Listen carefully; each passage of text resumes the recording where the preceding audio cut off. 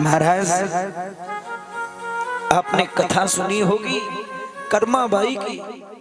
कर्माबाई रोज नित्य प्रत भगवान का खिचड़ी का भोग लगाती और बिना स्नान किए खिचड़ी बनाती, बिना नहाए सुबह सुबह खिचड़ी बना के और अपनी गोद में ठाकुर जी को बिठाल के अपने हाथों से ठाकुर जी को खिचड़ी खिलाती।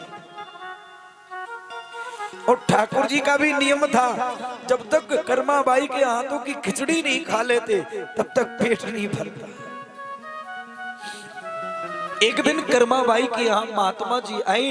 महात्मा जी ने कहा, अरे कर्माबाई तू ये क्या कर रही, कितना बड़ा अपराध कर रही, बिना स्नान किए ठाकुर जी को खिचड़ी बनाती, ये तो तुझे पाप लगेगा कर्माबाई।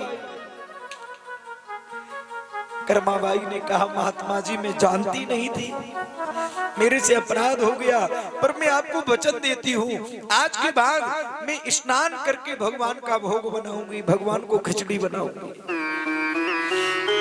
महात्मा तो चले गए। दूसरा दिन हुआ, महाराज जगन्नाथ जी का 8 बजे मंदिर में भोग का समय था। सुबह सुबह कर्माबाई ने स्नान किया। स्नान करने के बाद महाराज कर्माबाई ने पूजा की, अर्चना वंदना की, खिचड़ी बनाई। तब तक महाराज 8 बजने में 2 मिनट बाकी थे। उधर मंदिर में भोग का समय, इधर कर्माबाई ने जैसे ठाकुर जी को महाराज गोदी में बिठाला और एक खिचड़ी का निवाला मुख में दिया, उतने में पुजारी जी ने घंटी बजा दी मंदिर की। भगवान को खिचड़ी छोड़ के तुरंत मंदिर में पहुंचे। जैसे पुजारी ने पर्दा खोला तो ठाकुर जी के मुख पर खिचड़ी लगी थी।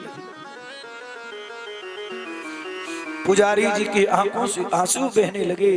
पुजारी जी कहते, हे गोविंद मैंने आपका कभी खिचड़ी का भोग नहीं लगाया, फिर आपके मुंह पे ये खिचड़ी कहां से आई। पुजारी जी ने पर्दा को बंद कर लिया, अंदर खड़े हो गए। भगवान से कहते, गोविंद जल्दी बताओ, और अगर आज बताओगे नहीं तो मैं आपके चरणों में प्राण त्याग दूंगा। कि आपको मेरा 56 भोग अच्छा नहीं लगता। ठाकुर जी प्रकट हो गए।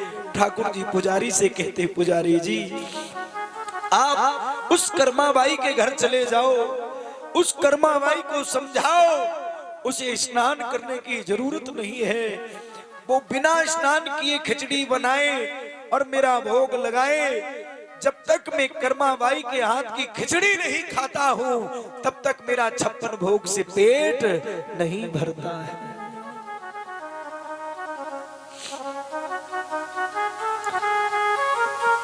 पुजारी जी ने कर्माबाई से कहा, कर्माबाई धन्य है तेरी भक्ति को, मुझे पूरी जिंदगी मंदिर में घंटी हिलाते हो गया, कभी मैंने भगवान का दर्शन नहीं किया, तेरी वजह से आज मुझे भगवान का दर्शन हो गया।